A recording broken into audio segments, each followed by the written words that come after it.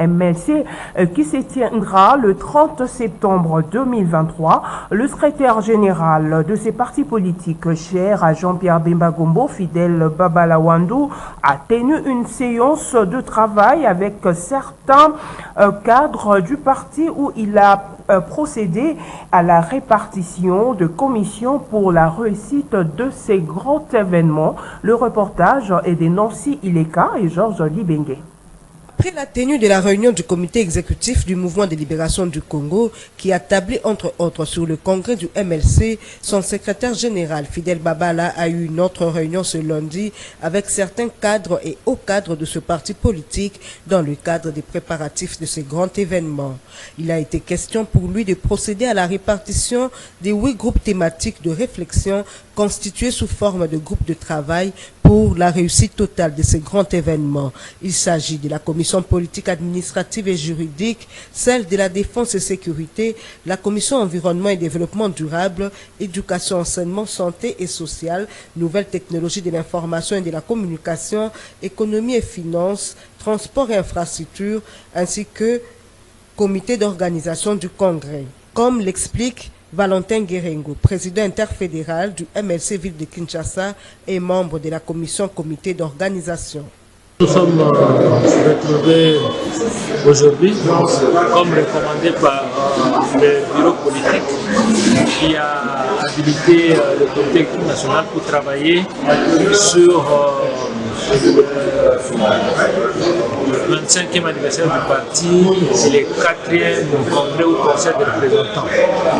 Nous avons profité de la situation pour créer les commissions de travail, pour que ces commissions de travail nous remettent des résolutions, et ces résolutions, nous allons les adopter et voter le 30 septembre.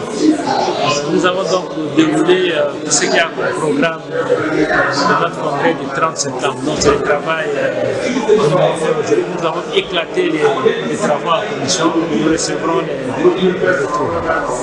Vous totalisez à combien de commissions? Nous avons 6 commissions qui vont chacune travailler sur les politiques, vont nous les envoyer. Nous allons les mettre ensemble pour constituer la matrice du congrès. Ce congrès est le bienvenu en ce moment où les membres du MLC attendent le mot d'ordre de leur leader en ce qui concerne le choix du candidat président de la République. Et puis les députés nationaux Désiré Iwolo, élu de Mbandaka et cadre du mouvement de libération du Congo MLC de Jean-Pierre Bemba Gombo, vient de doter l'école Bompikiliki 1 de la province de l'Équateur d'un bâtiment scolaire moderne de 4 locaux. Une initiative qui vise à mettre les élèves dans les meilleures conditions d'apprentissage. Le reportage est de Maxime Makabou. La jeunesse et l'avenir, dit-on, et l'honorable Désiré Iwolo fait sien cet adage en favorisant la scolarisation des enfants, laquelle s'inscrit dans la droite ligne de la vision du chef de l'État qui en fait son cheval de bataille. Cédine Fils dit terroir vient de doter l'école primaire Bompikiliki 1 dans la province de l'Équateur au nom du mouvement de libération du Congo MLC du chairman Jean-Pierre Bemba, un bâtiment scolaire moderne de 4 locaux. L'initiative vise à mettre les élèves dans les meilleures conditions de travail. Et c'est à travers une cérémonie haute en couleur que l'élu de Mbandaka, Désiré Iwolo, pour ne pas les nommer, a procédé à l'inauguration et à la remise officielle des clés de ces bâtiments au chef d'établissement scolaire.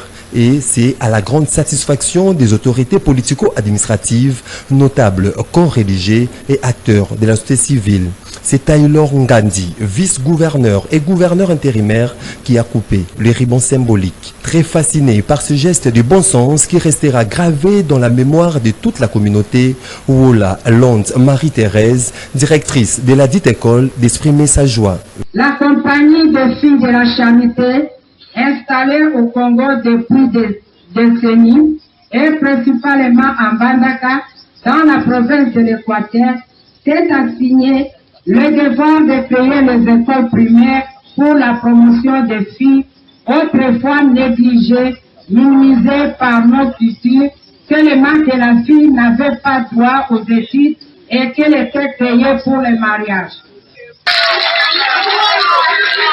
L'air bienfaiteur, l'homme du peuple, l'honorable Désiré Iwolo place ses gestes dans son engagement destiné à accompagner les actions du chef de l'État, preuve de son altruisme et de son sens élevé de patriotisme en phase à l'amour du prochain, prêché par le président du MLC Jean-Pierre Bemba. Vie en conformité avec la vision du chef de l'État, président de la République démocratique du Congo, Félix Antoine Tshisekedi, et aussi de notre président de notre parti politique.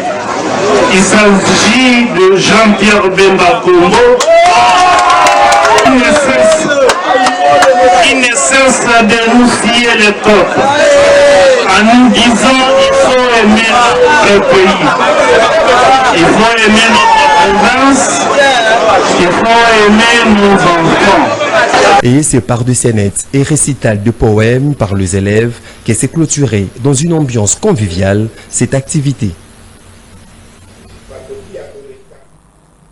Et puis dans un autre chapitre, sachez que le parti politique Union pour un Congo émergent, UC, a organisé une matinée politique le week-end dernier dans la commune de Kimbantseke.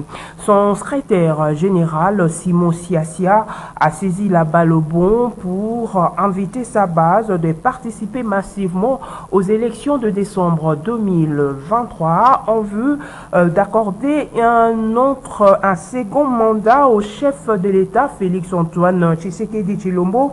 Et puis cette activité a coïncidé avec la sortie officielle de l'ASBEL, les amis de Simon Siasia. Le reportage est de Nancy Ileka et Bonheur Ndinga.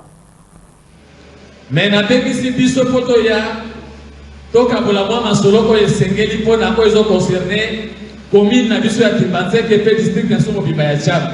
Le secrétaire général de l'Union pour un Congo émergent, UCE, Simon Siasia, avait organisé le week-end dernier une grande matinée politique à Kinshasa. C'était dans la salle des fêtes Mikolim, située dans la commune de Kimbantseke. À travers cette activité, ce haut cadre de l'UCE entendait sensibiliser sa base de ce coin de la capitale à se mobiliser massivement pour participer aux prochaines élections générales prévues en décembre 2023 afin d'accorder un second mandat au chef de l'État Félix Antoine Tshisekedi Tshilombo. Il était également question au cours de cette rencontre de réfléchir ensemble pour le développement de cette municipalité. Il faut noter que cette activité politique a coïncidé avec la sortie officielle de l'association sans but lucratif dénommée Les Amis de Simon Siasia, dont la mission est de renforcer la visibilité sur le terrain de son initiateur afin de l'aider à gagner de nombreuses voix lors des prochaines joutes électorales. Aujourd'hui, là, nous nous sommes réunis en ce lieu présent. C'était juste une sortie officielle de Les Amis de Simon Siasia et une matinée politique. Et c'était juste ceux qui m'entourent là, ceux qui veulent de moi pour qu'ils puissent m'amener là où je voulais aller, vers l'Assemblée nationale. Donc je suis leur candidat, député national, aux échéances de d'ici le 2020, décembre 2023, et je serai leur candidat national. Donc c'est un peu là, c'est ça qui me fait la fierté d'être ça prochainement. Donc merci beaucoup. Qui veut aller loin ménage sa monture, dit-on.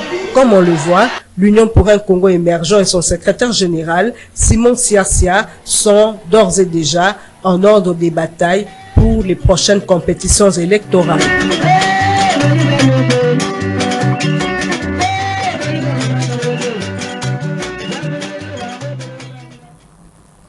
Et puis le président de l'ASBEL, Bapangi Yabemba Didier Ekabela Litenge, était dimanche 10 septembre 2023 au quartier Banonou, dans la commune de Matete, où il a sensibilisé la population, sa base, sur les choix à opérer lors des élections de décembre 2023. Le reportage est de Lola Kinyamba. La tenue des élections pointant à l'horizon, il était important pour le président de Bapangi Yabemba, Didier Ekabela Litenge, d'éveiller la conscience sur le choix opéré. La population du quartier Banonou, dans la commune de Matete, a été appelée à la vigilance, c'est choisir de bons représentants qui leur seront redevables. Une rencontre spéciale dans le cadre de Bapangi Jean-Pierre Bemba, j'ai communié avec ma base de différents horizons. C'était pour leur injecter un vaccin, le vaccin des réveils, de l'éveil de conscience. Nous assistons à un moment crucial de l'histoire de notre pays où la population doit se choisir des dirigeants, des représentants. Les Bapangi à Bemba, à l'unanimité, ont été saisis du rôle qui est le leur, c'est-à-dire choisir les gens qui vont les représenter et qui auront le devoir de redevabilité, le devoir de rendre compte. Ils sont instruits de s'inspirer des écritures saintes de l'histoire de Noé. Noé qui avait envoyé les corbeaux pour aller voir si la tempête ou la pluie, la tempête et la pluie avaient cessé pour qu'ils accostent. Les corbeaux n'étaient pas revenus. Ils savent maintenant qu'ils doivent envoyer les pigeons pour qu'ils viennent leur rendre compte de ce qui va se passer.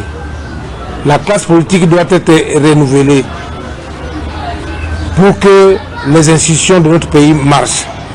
Didier Kabila Litenge a bénéficié de l'adhésion de la population du quartier Banounou qui dit le soutenir. Premièrement, merci beaucoup à Papa et Kabila parce que l'initiative déjà à accompagner jeunesse pour l'avenir et amarambu ya kala déjà banango kala. Bon, bisope ba jeune na tetoi, vous avez moi qui dit dans la makambo belé.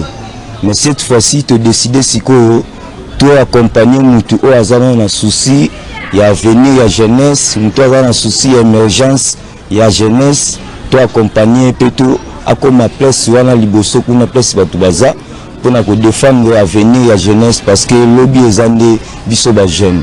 Le renouvellement de la classe politique, Didier Kabila Litenge y tient. Et puis parlons santé à présent. Le syndicaliste du secteur de la santé se sont réunis ce lundi 11 septembre 2023 au centre des handicapés dans la commune de La Gombe. Au centre de leur rencontre, évaluer la grève dans tous les hôpitaux publics à travers le pays. Il se dégage de cette réunion que la grève continue en attendant les démarches auprès des autorités. Bob Zamba pour le reportage. La question, et nous sommes les professionnels et administratifs de la santé, comme vous le savez. Nous sommes à la 4e semaine de la grève qui a débuté le 22 août. Et aujourd'hui, nous sommes à la 2e journée d'évaluation de cette grève à travers l'ensemble du pays. Au niveau de l'évaluation, nous avons fait d'abord les premiers constats selon lesquels la grève est effectivement observée à travers le pays. Le deuxième point de notre évaluation consistait les activités que nous avons menées à la demande de cette Assemblée générale, les activités que nous avons menées durant la semaine écoulée. D'abord, il faut savoir que nous avons entamé ou poursuivi les démarches auprès des autorités du secteur, en l'occurrence le ministre de la Santé publique. Et nous avons eu à participer au lancement de la couverture santé universelle qui a été effectué par les chefs de l'État le mardi de la semaine passée à l'hôpital de Kanchachi. Et la résolution de cette assemblée d'aujourd'hui est qu'à partir de demain, tous les membres de nos organisations syndicales sont invités devant le ministère de la Santé à partir de 8h30.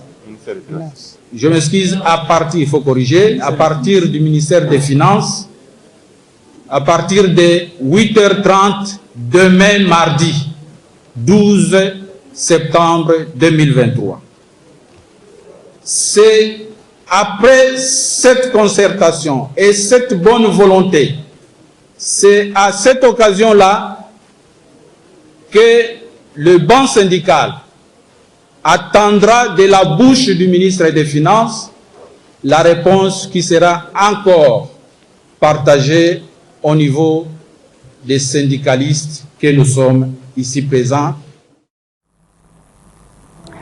En Ituri, à l'est de la République démocratique du Congo, les enseignants de l'EPST Ituri 3 étaient en réunion extraordinaire ce lundi 11 septembre 2023 à l'Institut Uja Ngamina de Nialebe en territoire de Morogi. En tout cas, ils en appellent à la prise en charge de leurs revendications par le gouvernement central. Suivez l'un des membres de la synergie des enseignants de l'EPST Ituri 3, Jean-Daniel, au micro de notre correspondant Joël Kamabou.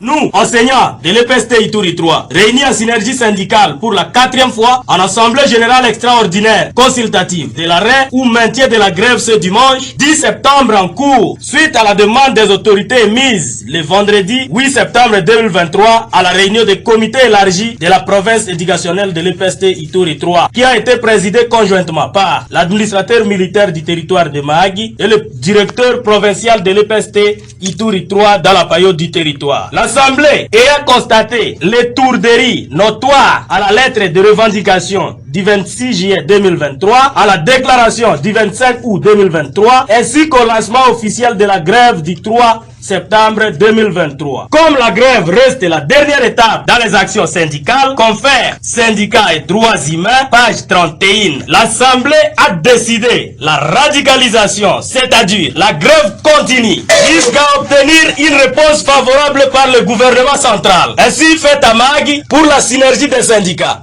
Sieko Mahagi Ituri 3, Ouichaoulur Jean-Pierre. Sinekat Mahagi Ituri 3, Wanishan Jakwala Denis.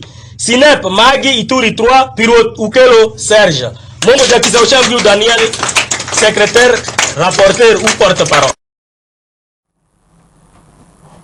Corneille Moulumba, cofondateur de l'IDPS, a saisi le Conseil d'État pour ce qu'il qualifie d'irrégularité majeure au niveau du ministère de l'Intérieur, qui dit-il avoir reconnu 4 IDPS autorisés à participer aux élections de décembre 2023. Suivez-les au micro de Richie Mantomina. Je m'appelle Corneille Moulumba, je suis membre cofondateur de l'UDPS. Qu'est-ce que j'ai fait en quelque J'étais représentant de l'UDPS en Europe pendant de nombreuses années. On est là depuis le début, ça fait 43 ans que nous sommes dans cette affaire-là. Nous nous battons pour cette cause depuis lors. Écoutez, nous sommes venus au Conseil d'État, d'abord parce qu'il y a eu une irrégularité majeure. Comme vous savez, l'UDPS s'est battu depuis toujours pour un état de droit. Il s'est fait que le vice-premier ministre et ministre de l'Intérieur, M. Peter Kazadi, a introduit une liste de partis politiques autorisés à participer aux élections de décembre prochain. Et sur cette liste figurent 4 UDPS, UDPS Chibala, UDPS Mobake, UDPS Tshisekedi et UDPS Kibasa. Aucune de ces 4 UDPS ne dispose d'un numéro d'agrément à lui. Par conséquent, il est inexistant légalement. Par contre, l'UDPS originel qui détient un numéro d'agrément ne figure pas sur cette liste. Alors, nous sommes venus saisir le Conseil d'État pour que cette liste-là ne soit pas prise en considération, que d'une part, on élargue ces 4 UDPS qui n'ont pas de personnalité, qui n'ont pas de raison d'être là, et qu'on introduise, qu'on mette sur la liste la seule UDPS qui peut compétir aux élections. Mais la question est simple, madame. Donc, de notre côté, en tant qu'UDPS, nous sommes battus pour un état de droit. Une personne existe ou n'existe pas. si un parti politique n'a pas d'agrément, donc n'existe pas. Alors vous allez faire participer aux élections des partis politiques qui n'existent pas. Ça n'a pas de sens. Donc nous ne pouvons pas tuer notre République nous-mêmes. En tant qu'UDPS, on a le devoir de faire respecter cela. Et pour nous, il est indispensable que la liste des partis qui sont autorisés à compétir soit des partis politiques régulièrement constitués avec tous les documents. Et là, il n'y a que l'UDPS originel qui a tous les documents. On parle société à présent, ces constats amers dans plusieurs quartiers de la capitale. Des habitants déversent de déchets ménagers et d'autres immondices dans le caniveau. Conséquence, les caniveaux sont bouchés, l'eau déborde et dégrade la chaussée. Le reportage est de Marseille Bokanga Junior Bolafa. Plusieurs caniveaux servant à traîner les eaux de pluie ou à évacuer les eaux à Kinshasa sont bouchés. Tel est le cas ici au quartier Kingabois dans la commune de Limete où les habitants des maisons en bordure de ces caniveaux ont la mauvaise habitude d'y jeter toutes sortes de déchets. Une situation à la base de l'envahissement de la chaussée par les eaux de pluie et de ménage. Même situation sur l'avenue Itaga, dans la commune de Lingwala, où certains habitants des maisons bordant les caniveaux y jettent des immondices, bouchant les caniveaux. Du coup, l'eau déborde et envahit la chaussée, aussi la dégrade.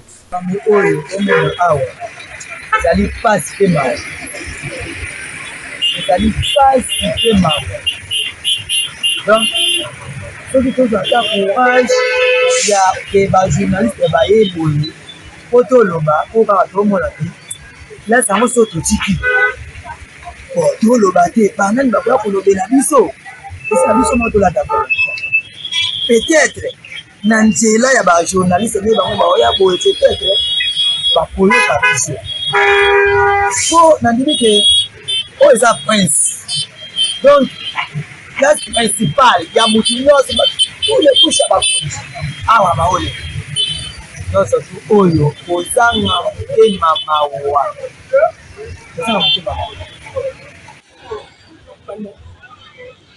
source ya mai oyo eza pont oyo ya kan lufungula yango nde eza bouche nde mwa yango oyo tolobi tomoni solution te. Administrateur apesa rapport epa groupemese ape apesa rapport epa ya nani ya gouverneur tomoni solution te.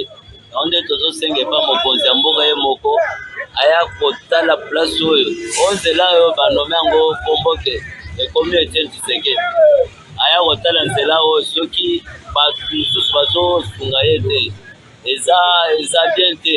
Inondation mbula kusana ebandi te mais il faut se poser des questions mais mbula ebandi te comment toza plein inondé tozoyeba te sati ya quoi. Or on a vite compris ils ont problème, ils ont niveau ya Kalufungula. Caniveau, ils ont tellement bouché. Pour boucher à caniveau, ils ont été au mbula, ils ont isomoko. Batoaka, bazo sur la salité, ils vont voir qu'on a pas poubelle, bazo pas qu'on a quatre, bazo déverser on a quatre ya caniveau et pété kangi et kangi sukonzela, moi maïe les visages. La population est appelée à prendre ses responsabilités en évitant de jeter les immondices dans les caniveaux, car elle-même subit les conséquences néfastes qui en découlent. Et puis cette nouvelle en dehors de nos frontières avant de poursuivre ces journaux. Les USA commémorent ce 11 septembre 2023 le 22e anniversaire de l'attentat terroriste le plus meurtrier jamais perpétré sur leur sol. Des attaques de 3000 morts le 11 septembre 2001 faisant tomber le tour jumelle de World Trade Center. Et 22 ans après cette attaque djihadiste, les autorités américaines ont annoncé samedi dernier avoir identifié le reste d'un homme et d'une femme grâce à l'ADN.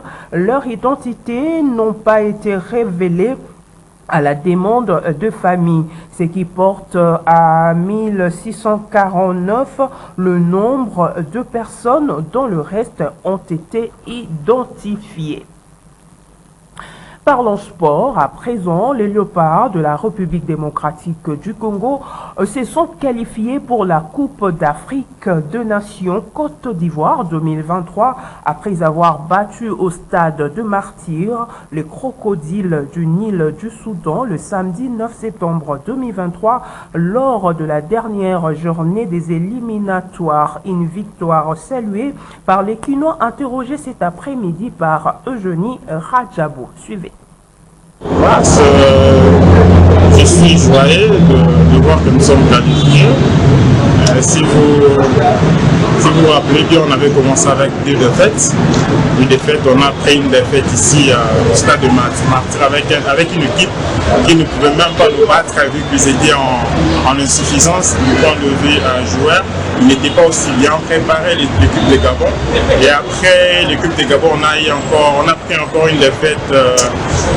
Si je peux dire bien, je pourrais dire bien au Soudan. Bon, c'est dû au problème de terrain, la qualité de la pelouse d'après le dire des joueurs. Mais c'est 4 victoires, 3 victoires sur le terrain et une victoire sur le tapis vert nous a permis de nous rattraper et de terminer premier du coup. Donc ce n'est que la joie pour moi de voir la RDC les Léopards se qualifier à la CAN Côte d'Ivoire 2024. Sentiment de la parce que j'ai qualifié, malgré moi, c'est les gars qui, par rapport au but, quand les jeunes habitués au moins, qui l'adversaire de mon mais l'essentiel, j'ai eu 3 points, on va qualifier donc ce moto et voilà, et puis il doit améliorer la avant compétition.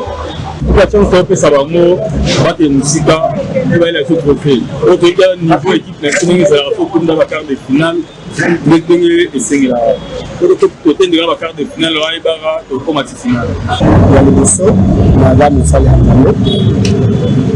Du fait que Mboka Oyo, Zambé a lingi yango, après ça qu'ils sont déjà mokonzi Oyo, azwaki Mboka akabaki na maboko ya Nzambe, yango makambo nyonso ezokende malamu.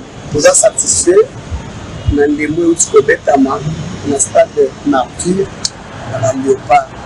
Pour la deuxième qualification, vraiment, on a essayé. Puis toujours pour les Sanzamo, le chef de l'État, Américain Kozo Amboka, petit d'abord dans ma propre Anzam. Quand on dit Batiki Mboka dans ma propre Anzam, cela veut dire Batiki sport dans ma propre Anzam, Makamunyoso, Yoko Nyoso, Oza na Kaza pour réunir Mboka Mobima dans ma propre Anzam. C'est pour cela, avec Dieu, nous ferons les espoirs. Il y a un départ à salir l'espoir. À qualifié, ils ont 4 points. On parle toujours sport avant de nous séparer. Les Léopards dames de la République démocratique du Congo seront en éliminatoire de la CAN féminine Maroc 2024 à partir de ce 22 septembre 2023 pour la manche aller et le 27 septembre pour les matchs retour. Les sélectionnaires de l'équipe féminine de football Marcelo Kadiamba étaient en conférence de presse ce lundi 11 septembre 2023 au siège de la FECOFA. Il s'est montré confiant et optimiste quant à la qualification de la République démocratique du Congo à la CAN et aux Jeux Olympiques de Paris 2024. Mesdames, Messieurs, c'est par cette note sportive que nous mettons un terme à cette grande édition du journal. Merci de votre attention accordée. Je vous retrouve demain à 20h avec ces mêmes plaisirs. Au revoir.